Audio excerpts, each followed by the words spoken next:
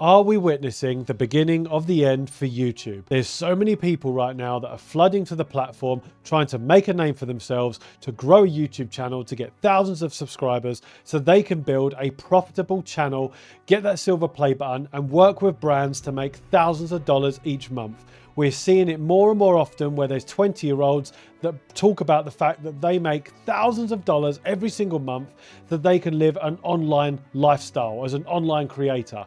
And we have to ask ourselves the question that with so many people trying to do it now, flooding to YouTube, is it becoming so oversaturated that YouTube is about to go up in flames? Well, to answer that question, we need to go back to the beginning. Back in 2006, YouTube was born, and it was initially created as a dating website.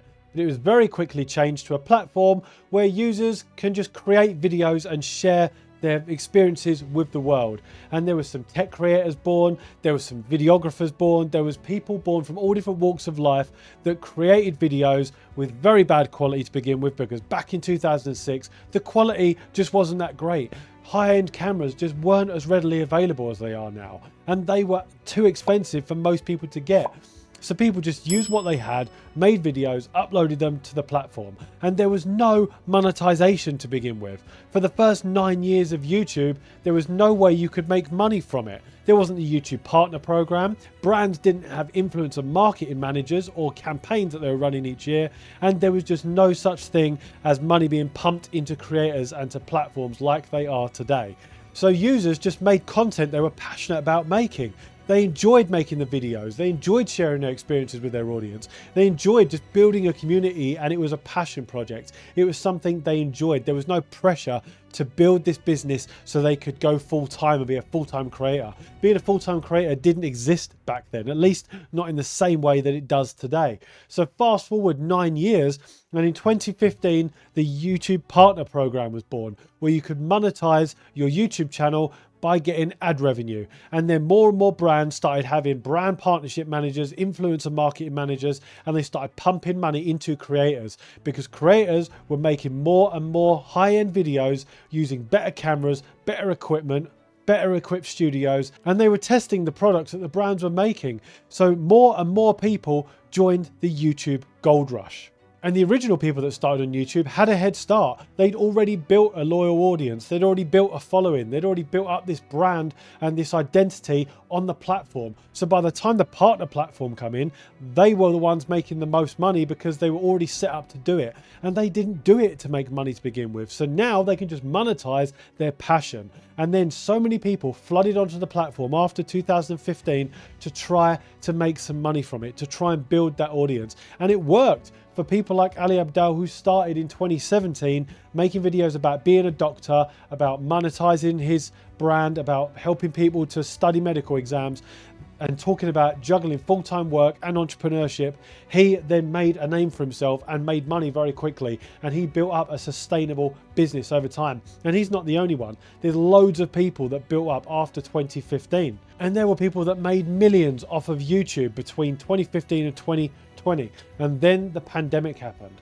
And then we had an even bigger YouTube gold rush of people flooding to the platform, with people trapped indoors trying to make videos and trying to think of another way to make money from home, because people were being made redundant, businesses were closing down, and TikTok was just starting to become a big thing. So people started making loads of money and loads of audiences on TikTok. But then the smartest people started to realize that the best thing to do during a gold rush is to sell shovels. Now, during a gold rush, you will get so many people flooding to the same area trying to find gold, and there will be a select few people that find it. But the people that make the most money are the people that sell the shovels. People that sell the idea that you can get rich on YouTube. People that sell the idea of how to grow on YouTube. People to sell YouTube growth academies and training programs and coaching programs, all teaching you how to become a better entrepreneur and a better business person. And I know I'm shooting myself in the foot here, because that's exactly what my business is designed around.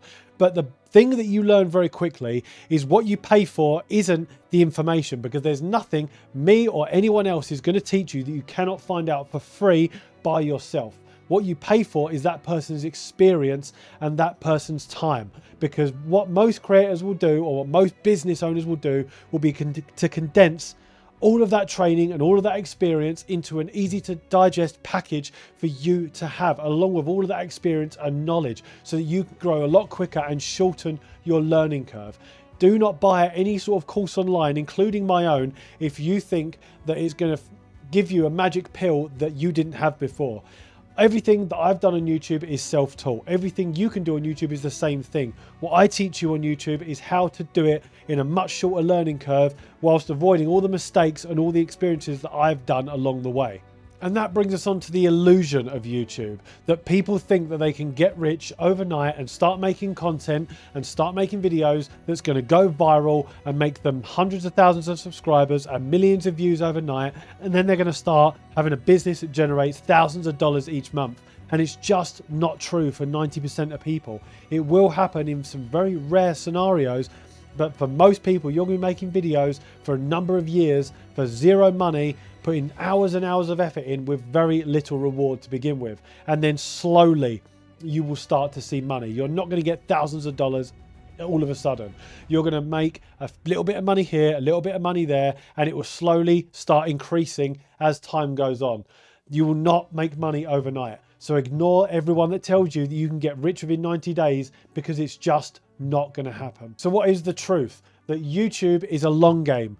Content creation is a long game. Being a business owner is a long game. There's nothing you can do overnight that's going to make you tons of money and loads of success. Unless you've got a loyal audience on another platform, or unless you're already known on another social media platform, or you have a large newsletter or anything like that, that is not going to be possible for you. If you're lucky, the algorithm gods might shine upon you and you might get a video that blows up and it might get your channel some exponential growth. But in general, you are going to be making videos for a very long time before you start seeing any results from it. And this is true for 90% of people. You need to be prepared that it is going to take a long time. And that is the honest truth. So what is the solution to all of this? Is YouTube about to go up in flames? Well, it is true that there is a huge oversaturated market right now of everyone flooding to the platform, making content, knowing that they can make money from it, seeing all of these people taking part in things like the school games and all of these things that are making people money online. The reality is that unless you're part of the very founding members of those things, unless you're there right at the very start, you are not going to start making as much money as you think you are. You need to do something that you're passionate about and that you can enjoy.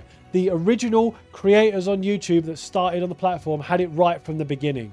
They did it as a passion project. All of the pressure of trying to make money from it was completely removed. They did it because they enjoyed it. There was no option to make money. They made YouTube videos because they liked it, because they enjoyed sharing their knowledge and experience with people, because they enjoyed sharing their life with people. They did it because they enjoyed the process of filmmaking, of editing, of trying to just grow on the platform. And that is the attitude that we need to adopt today. We need to make videos that we enjoy making. We need to make content that is useful to people and helps people out.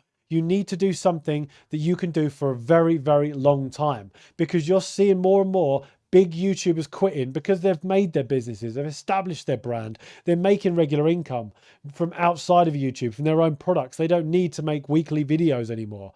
And the pressure of it and the amount of time and effort it was taking them to do it was just too much.